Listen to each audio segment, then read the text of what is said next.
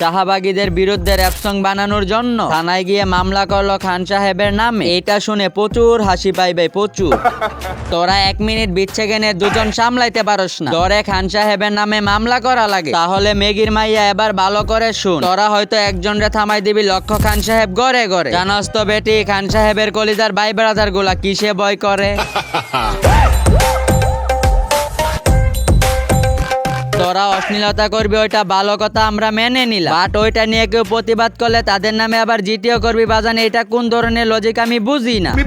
সামান্য একটু নাড়াচাড়াই নিতে পারস না? আমরা তো মাত্র একটু রিপ্লাই দিলাম, যদি কঠিন ভাবে এদের রিপ্লাই দেই তাহলে এদের চান্দি ফেটে যাবে বাল।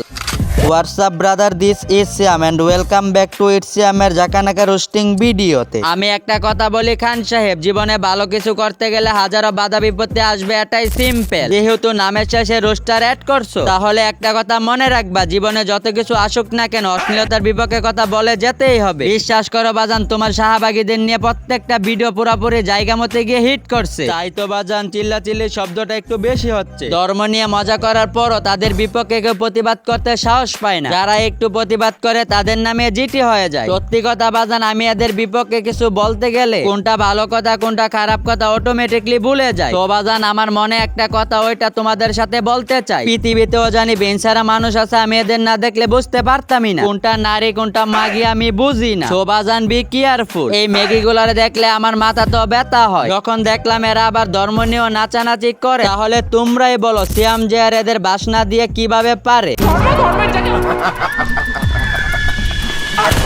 হেই বাজান, আমাদের থামায় রাখার জন্য সংবিধান দাও। সব সময় উচিত কথা কইয়া যামু, যতই থাক হাত পা বান্ধা। উচিত কথা কইলে হইব পাপ অভিশাপ, এদের নিচেই চলে রাতে টাপাটা।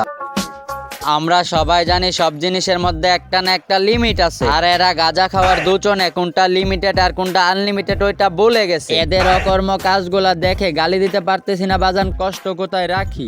I think it's time for a comeback.